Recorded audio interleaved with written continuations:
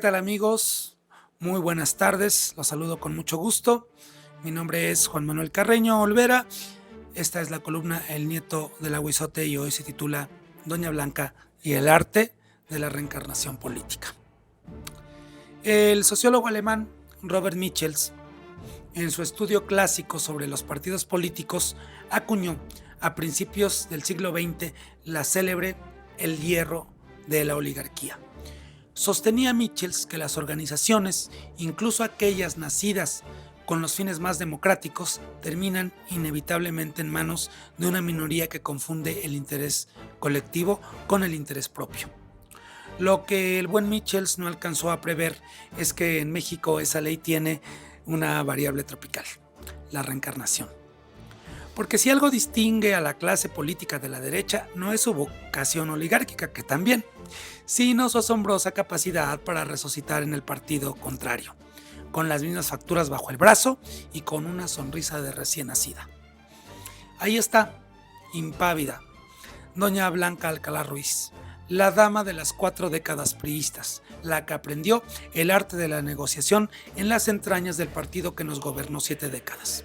Ahora posa sonriente junto a la dirigencia del Partido Acción Nacional, imagen que nos regala una bonita postal.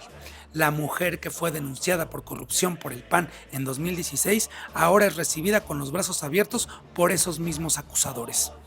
Si esto no es un milagro laico, que venga Gramsci a explicarlo. 2. La carrera de una sobreviviente, con facturas. Doña Blanca no es nueva en estos trotes. Fue la primera alcaldesa de Puebla, senadora, diputada federal, embajadora en Colombia, candidata a la gobernatura por el PRI en 2016. Una carrera intachable, dirán seguramente sus nuevos voceros de nuestra derecha partidista más vendepatrias. Pero quienes tenemos memoria larga, sí, esa memoria que tanto molesta a los trepadores y a los arribistas, recordamos que en mayo de 2016, cuando competía por la gobernatura, el PAN, sí, ese mismo que hoy le abre las puertas, presentó una denuncia penal en su contra por enriquecimiento ilícito, tráfico de influencias, operaciones con recursos de procedencia ilícita.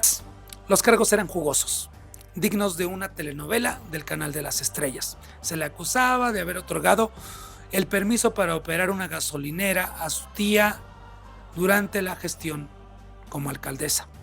Como si eso fuera poco, también señalaban que había asignado contratos por adjudicación directa a la empresa constructora Estilos Constructivos Sustentables S.A.D.C.B., de la que Blanca Alcalá era socia. ¡Qué casualidad! En el México del priismo del viejo régimen, las casualidades suelen tener nombre y apellido, y en este caso corresponden al interesante apelativo de conflicto de intereses. El PAN en aquel entonces, con el finísimo Javier Lozano Alarcón como vocero, aseguraba que su patrimonio no correspondía con sus ingresos como servidora pública. Y claro, las penas que solicitaban no eran menores, de 2 a 6 años por enriquecimiento ilícito y tráfico de influencias, y de 5 a 15 años por operaciones con recursos de procedencia ilícita. ¿Qué pasó con esa denuncia? Nadie lo sabe. El misterio se envuelve en su resolución como la niebla envuelve los volcanes que rodean Puebla. 3. El transvestismo político según Gramsci. Antonio Gramsci, ese otro teórico que debería ser lectura obligada en las escuelas de periodismo, planteó el concepto de transvestismo político.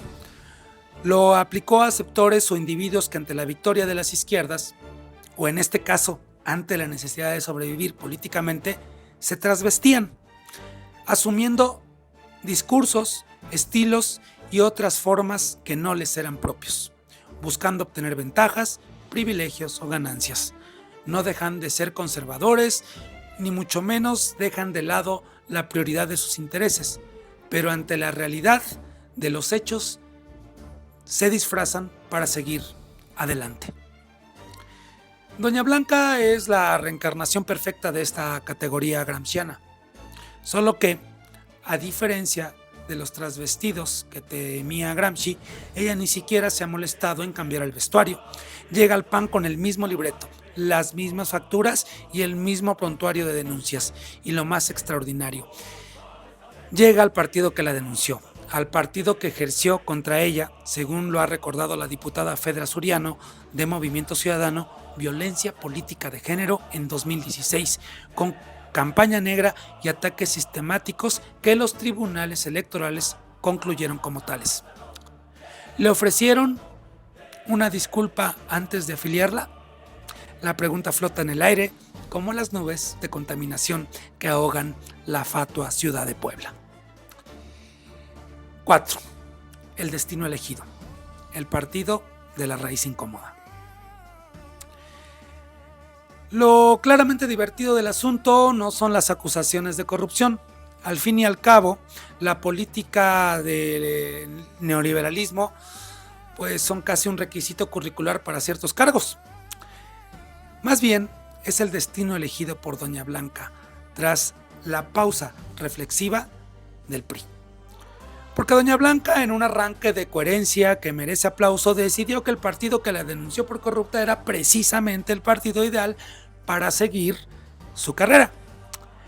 Y ahí es donde debemos detenernos un momento para hablar de ese partido al que ahora se afilia, el PAN.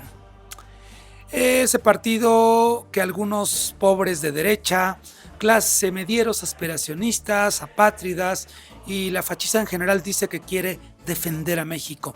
El PAN, cuyas raíces ideológicas han sido documentadas por el historiador y caricaturista Rafael Barajas el Fisgón en su libro La raíz nazi del PAN, no es una ocurrencia de la izquierda militante, es investigación histórica publicada en 2014 por la editorial El Chamuco.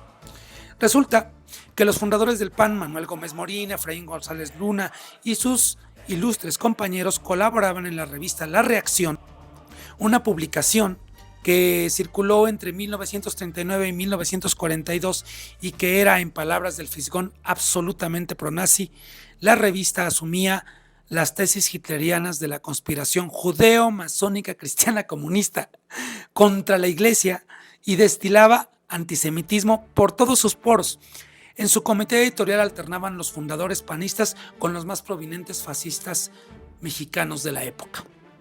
El Fisgón documenta que el PAN está ligado a toda la derecha radical mexicana, herederos del movimiento conservador del siglo XIX, del movimiento cristero, vinculados al sinarquismo y, por supuesto, muy cercanos a la Iglesia, que en aquel entonces era abiertamente pro-hitleriana. Durante la Segunda Guerra Mundial, Hitler contaba con mucha popularidad en México, particularmente en la población católica y conservadora. La derrota cristera había acumulado rencor contra el gobierno mexicano y buscaba en el nazismo la consolidación de una potencia alterna a los Estados Unidos que pudiese ayudarles a recuperar sus cotos de poder perdidos, como lo hizo el dictador Franco contra la Segunda República Española. Y claro, hace unos años vimos a jóvenes panistas en Jalisco vestidos como nazis. El partido se deslindó, pero al mismo tiempo en el Senado impulsaban la Comisión de la Familia para atacar a los matrimonios igualitarios y a los derechos reproductivos de las mujeres. Casualidades de la vida. Dirán algunos, coherencia ideológica, responderemos otros. 5. Las voces del descontento hasta entre los suyos. La llegada de Doña Blanca al PAN no ha sido precisamente un lecho de rosas. El coordinador de la bancada panista en el Congreso del Estado, Marcos Castro Martínez, ha tenido la gentileza de admitir que hay un sector del partido que no está del todo convencido con la suma de la expriista. Algunos han manifestado su inconformidad debido a que no fueron consultados sobre la nueva incorporación. La militancia del partido, esos que creen pertenecer a algo que significa ser considerado en las decisiones, reclama: ¿cuál es el sentido de ser miembro del partido si no estoy considerado para las decisiones? Hasta la diputada local del PRI, Delfina Pozos Vergara, minimizó la renuncia de Doña Blanca al considerar que ya no era un liderazgo activo. Ya no realizaba trabajo de campo, de tierra, ni salía a recorrer el estado, ya que apostaba más por el escritorio. Eso lo dijo Delfina Pozos Vergara con una franqueza que de verdad debe doler mucho. Hasta el PRI la abandona. Y eso, que el PRI ha sido históricamente el partido de la familia revolucionaria, donde caben todos, incluso los que ya no caben. Es importante hacer una reflexión final desde la izquierda. Estamos obligados a señalar incongruencias no por morbo, sino por necesidad histórica. Mientras la izquierda mexicana, al menos una parte, ha sido autocrítica pública sobre sus excesos del pasado, el PAN jamás ha reconocido su germen fascista. No hay autocrítica, no hay revisión y no hay nada. Como apunta el socialista uruguayo Fernando López de Alessandro, la vida ha enseñado que las personas somos un todo muy complejo, que podemos funcionar en contra de nuestros discursos o de nuestras proclamas y convicciones. Podemos no hacer lo que decimos y decir lo que no hacemos. Doña Blanca es la prueba viviente de que el cinismo no tiene partido, o más bien, los tiene todos. Lo que resulta particularmente divertido del espectáculo es la coreografía. Ella llega diciendo que abandona el PRI por diferencias en el rumbo político y por falta de debate interno. Y encuentra representación en un partido que la denunció por corrupta, que la violentó políticamente y que tiene en su ADN ideológico el germen del fascismo europeo.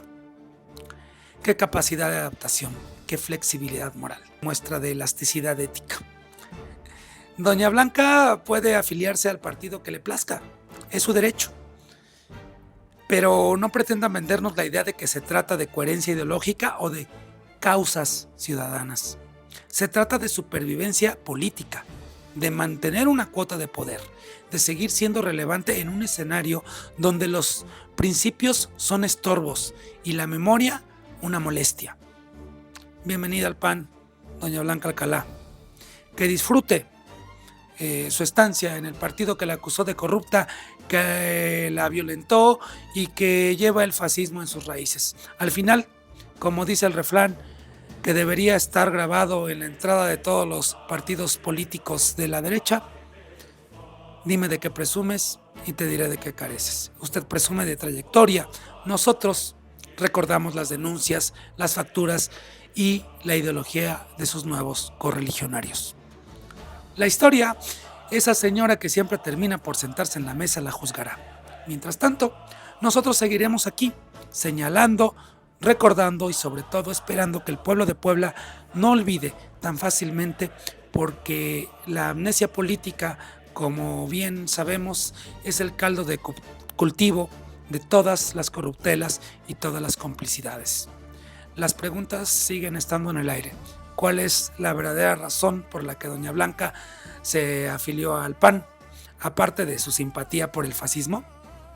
¿O será simplemente que en el PRI ya no hay pilares de oro y plata? Muchas gracias por escuchar. Nos vemos pronto. Hasta entonces. Hasta siempre.